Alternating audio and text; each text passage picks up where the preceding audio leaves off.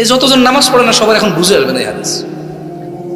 ভাইও এক রাকাতে সিজদা কয়টাও? সবাই কয়জন? যারা জানেন তারা বলেন, যারা জানেন না। এক রাকাতে সিজদা কয়টা? এটা বুঝে আসে?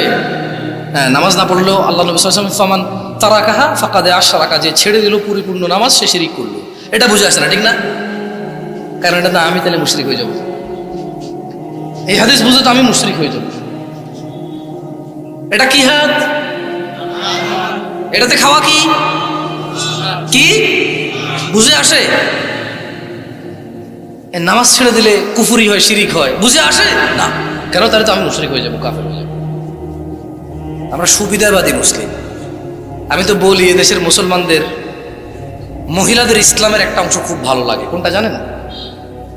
যে অংশে বলা আছে তোমাদের মধ্যে ওই পুরুষ সবচেয়ে উত্তম যাকে তার স্ত্রী ভালো বলছে। বলা যায় হ্যাঁ, ইসলাম তো দারুণ, আমার কাছে পুরো কর্তৃত্ব দিয়ে দিচ্ছে, ভালো মন্দ সার্টিফিকেট আমার। আসলে কিন্তু তাই, বাস্তবে কিন্তু রাসূল সাল্লাল্লাহু আলাইহি ওয়াসাল্লাম বলছে সার্টিফিকেট বউ দিবে, পুরুষ ভালো না খারাপ। বুঝে আসছে না? আসলে যুবক ছেলে অবিবাহিত বলছে যে ইসলাম একটা দারুণ ধর্ম। কি বলে? যে বলছে জলদি করে বিয়ে করায় দাও। বিবাহিত লোক বলতেছে ইসলামের এই অংশটা খুব ভালো লাগে। কোনটা? একের বেশি বিয়ে করো।